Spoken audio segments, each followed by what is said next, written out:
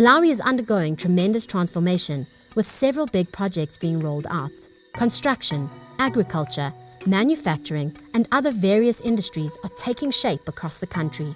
Out of an estimated 16 million population in Malawi, more than half live below the poverty line.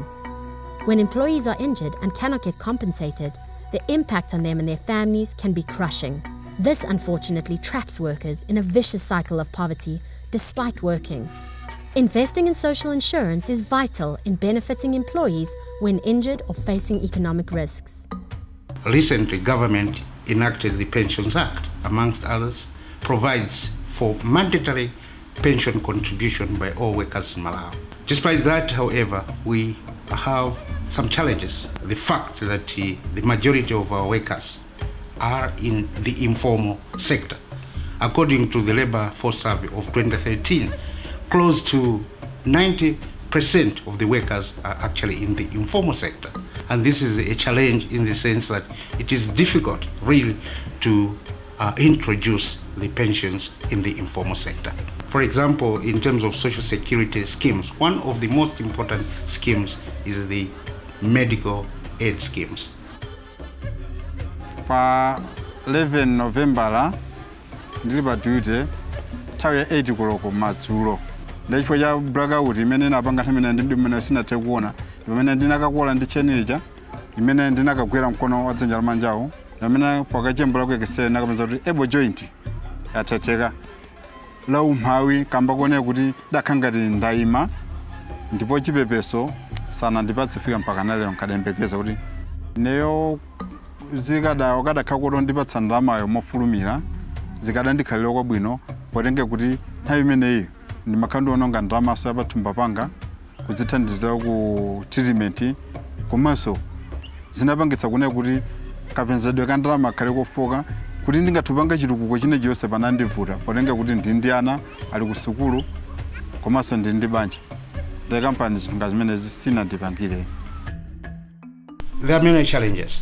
These challenges include late payment, processing of workers' compensation. There is a lot of political will on the part of government to provide the required resources so that the fund can take off.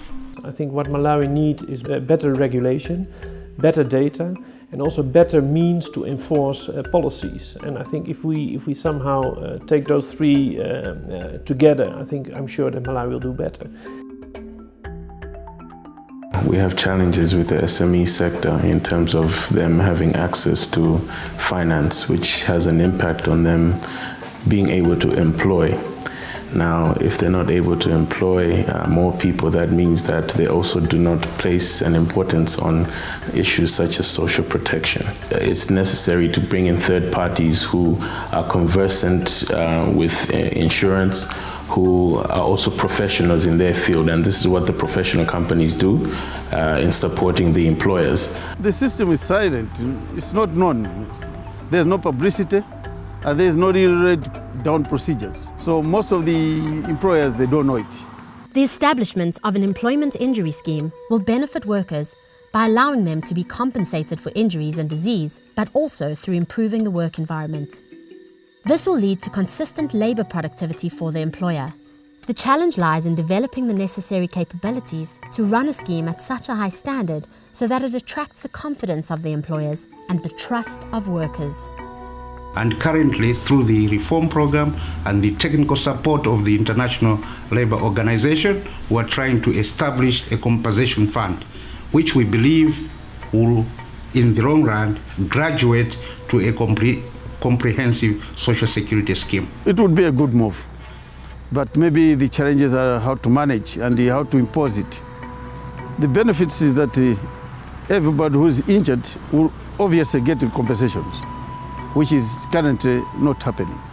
And where we are at the moment is that the IRO has provided a lot of technical support so that we should capacitate the institution which is currently responsible for processing workers' compensation.